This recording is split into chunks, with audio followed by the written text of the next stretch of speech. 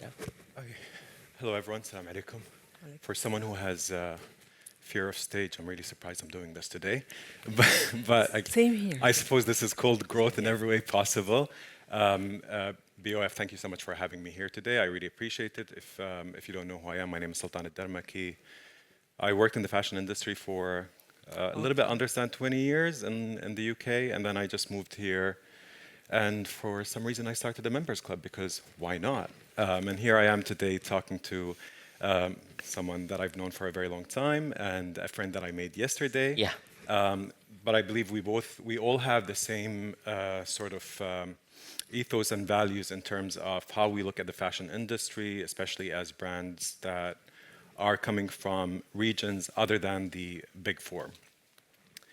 Um, Nadine, Imran just gave an incredible introduction about you and your work, but I just wanted you to elaborate a little bit more about um, Bil Arabi, your identity, your values, and what you do. So basically, I started my brand Bil Arabi, which was actually not a brand because I started as a photographer, artist photographer, on a body of work called Min Ana. It was dealing with, after 9/11, with all the identity crisis and the media we had in this part of the world. So I decided to go about it in photography, realizing that I needed my voice to be more spread. And this is where I said to myself, why am I not wearing my words, my letter specifically, in jewelry? Why am I wearing it in English or other languages? And it kind of developed organically by creating the first letter, which is a noon. And at that time, there was a store which was Sauce, Yeah. Zayan Ghanzour, who kind of embraced it. I went there, had no brand name, and decided to call it Bil Arabi because everything I was doing was in Arabic. It was about language, heritage, and being proud of who I am as an Arab woman. And I wanted everyone to have the same feeling.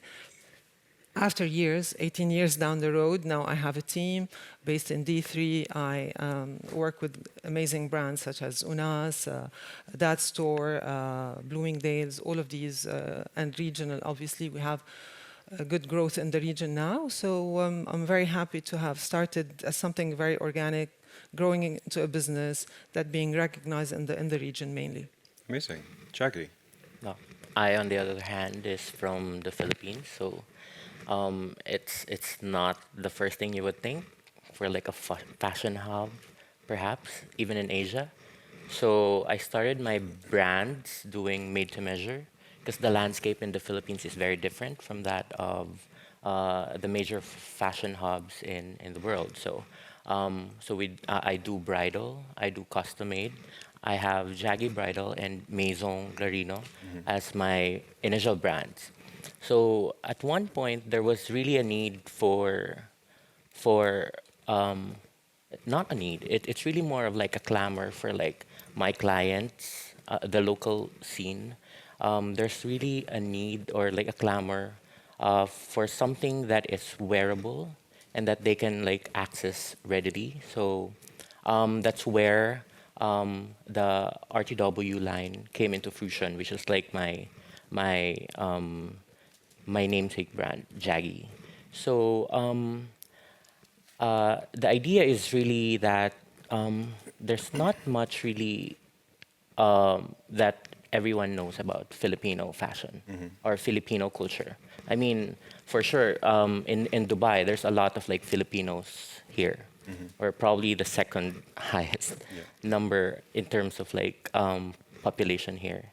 That is not the locals. But in terms of fashion, there's really not much. It's not as popular as that of Japan or even China or even the neighboring countries in Asia. So this really led me to like explore on the idea of like pushing for something that is deeply rooted to the Filipino roots, my childhood, my personal experiences, and probably like let the world see and probably let everyone know about it, and probably everyone of you would embrace the Filipino culture as well. And here you are today. Yeah. So, you know, one of the reasons I really wanted to have this conversation is because when I left 20 years ago, one of the reasons to basically succeed in the fashion industry was to move to Europe, be closer to to Paris, to London, to New York, not only to be closer to the press and buyers, but also to be these cities have incredible infrastructure from a production units. Came back for a visit a couple of years ago, and I saw an incredible renaissance happening here in the creative scene as a whole, so across all disciplines, but especially the fashion industry. But what was a little bit of a surprise for me was the narrative have completely changed. Previously, we wanted to move to the big cities, to be closer to the big cities. But now, a lot of the young emerging brands, they want to build their brands in this region before even considering Paris, New York, Milan, London. And I just wanted to get your views on it during this period of time. What are the why have you chosen to stay here? And would No like to better dive. place than Dubai. There are no other places than Dubai. No So better. I agree with that. It's No, incredible. in terms of business, obviously, we all want to be globally recognized and internationally. We want to be in big stores, and we've tried doing that. In my case, my brand is very ethnic, is very Arabic, and that sets a bit of a difficulty, if you want. So the conversation becomes a bit harsher because people don't understand the sensitivity of is it an Islamic brand or is it an Arab brand? And if you want to start this conversation by teaching people history, that becomes a burden on a brand. It becomes very educational. Yeah, you try, and then you realize I'm very well where I am. My region is growing. The money is here. I am appreciated here. And if they want me, they'll eventually come over to me. We do sell abroad. We do sell to LA, Australia, London, Paris on direct sales. But if they want me, they'll come. If they Yeah. don't, But you've growth always is made here. Dubai your hub. This Dubai is where the my brand hub. is from. This is who you are. This and is who I am. Yeah. It's home. It's where I produce. It's where I create. It's where I belong. And you know, 18 years back, I've been here 25 years, and the evolution of the city, of the country, is enormous in all kinds of ways. Whether it's diplomacy, industries, tech, production, you find everything here. Amazing. And safety. You know, my kids grew up here. We're very good here. So why should I go somewhere else? Yeah, I mean, I think like it's putting aside the, you know, kind of getting the approval. I think I wanted to understand more, what is the infrastructure like here right now?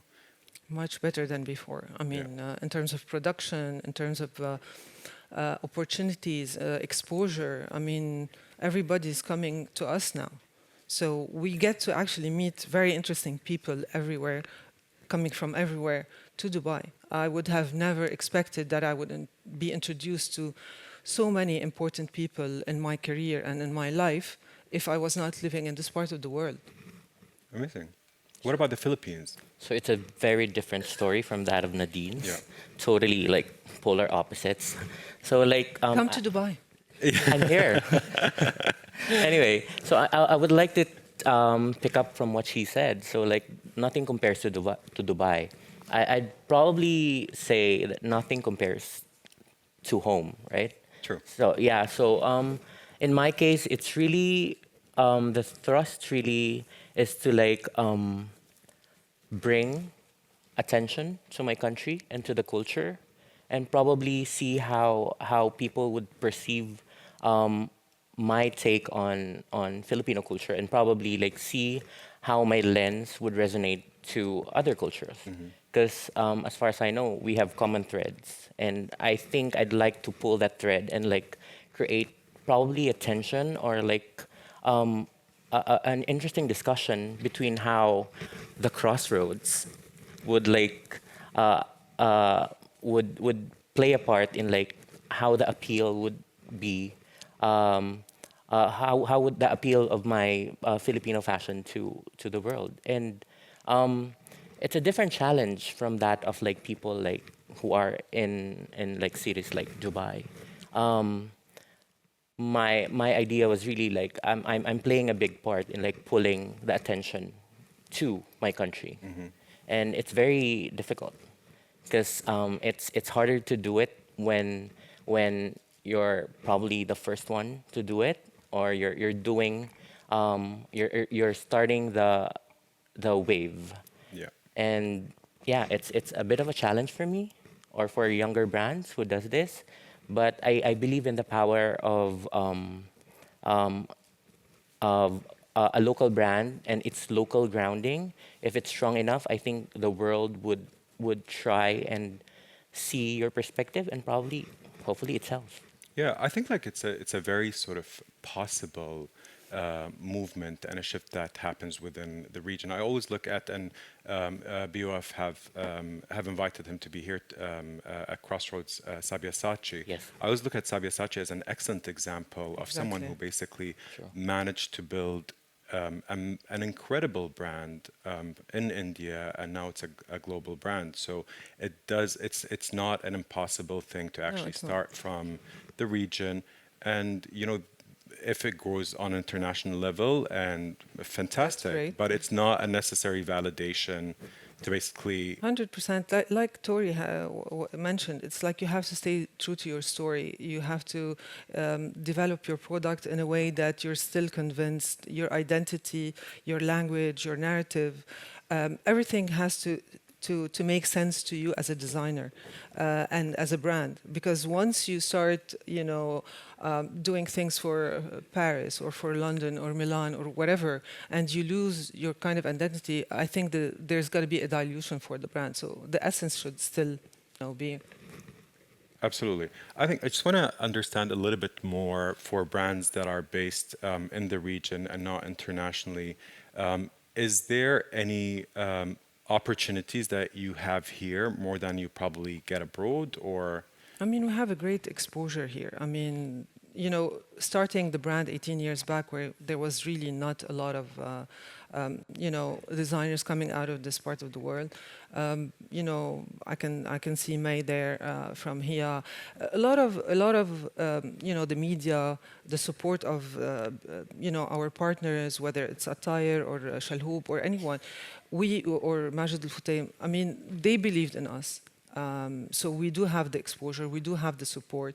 Obviously, the product is very good as well. It's not just anything. So the evolution of all of that, whether production, partnerships, anything, you name it, has changed drastically. And in your case, Jaggy?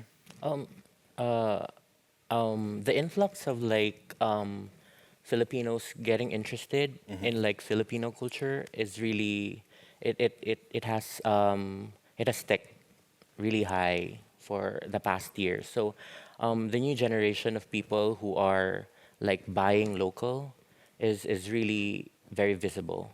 So as a brand, we see that, and we're trying to take advantage of that, and like we're trying to take advantage of making sure that our local presence and uh, our local grounding is really strong before we go global.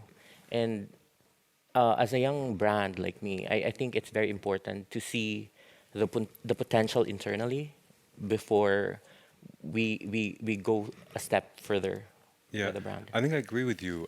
One of the things, looking at this industry from the outside in, after being away for many years, is the fact that the support for homegrown brands is absolutely incredible, and there is a major shift in the market. You've been around for 18 years. Do you see a shift in that as well? Yeah, we do see that. There's more, more funding if you want, more, they're willing to buy more our product instead of having it on consignment, which is the usual back and forth fight between designers and buyers. But definitely there's much more support, and there's an appeal. And obviously being in the UAE and having that kind of, this country is young and it's moving fast and it's making a lot of noise. And that noise kind of triggers all the way down to, you know, from government to diplomacy again, and all the way to people like us, bringing people from abroad with new production spaces, everyone wants to be here to try to make a business. And they have the opportunity. It's still, there's still a lot of room for a lot of businesses to happen here. And being like one of the first one, obviously you get the cherry on top, you know. I wanted to understand a little bit more from your perspective and views of where we're heading towards the future, whether there's going to be a decentralization of the fashion hub in terms of the necessity to show abroad or not, or you feel that Dubai, Philippines, they will be within their own right a fashion hub, that, you know, there's no need to basically go to the Paris or London's and New York's for these validations. I mean, I'm gonna start, sorry, first, but I think for Dubai, it's gonna take a bit of time, but definitely it is a hub. It is a hub for so many different things. Why not being it a hub for fashion? Obviously, there should be a lot of investment in designers and support and mentoring. That's a big thing, I think, for me, education in terms of design. All these industries need like the groundwork, which is there, but not to its full potential. And once you have that kind of fabric of designers and potential of designers coming out of this region, and not only the UAE, but most of the Middle East, you will have that kind of hub. It is a hub for retail in terms of like big luxury brands and big malls and all of that. But when it comes for homegrown and regional designer, I think you have amazing ones, but still we have potential. There's a little bit of work to do there. Okay. Well, if Nadine thinks there's work to be done in Dubai, I guess there's so much more work to be There's done always work to be done in the Philippines. So we just had Vogue recently, so that's quite of a big leap for us in the fashion industry, because we've been waiting for it to be in the Philippines for a while. So talking about that, I love the idea of decentralization, but I don't think the idea of like totally pulling out from the major hubs is very possible. But I like that there's really a shift of mindset, and that people are starting to look into other regions that are doing it a bit different, probably slower, probably more generous and more careful. Like me, like my brand, it's really more of like a slower paced, own rules kind of a thing. And it's really more of like cultivating the idea of like our story, and generously sharing our story to our clients, to the people who are interested to see. And then like there's premium in time and value and craftsmanship. So I think that's what we're trying to do. And I think people would be interested in that, since there's kind of a repetitive and echoing idea already that is very saturated in the major hubs. So I think it's really good that we're trying to push and look at the other way, perhaps. Yeah. And I also think it's a little bit, a tiny bit more exciting to actually look at different regions, Philippines, Dubai, Africa as a whole. There are incredible designers that are coming out of that region, and their fashion story is completely different than, you know, what we typically see on the major runways. Nadine, Jaggy, any last comments? Not at all. I'm so happy to have the both of you here. Imran, BoF, thank you so much for having us here to talk about the incredible designers that are here with us today and what the fashion industry looks like for this region. Thank you for being here. Thank you.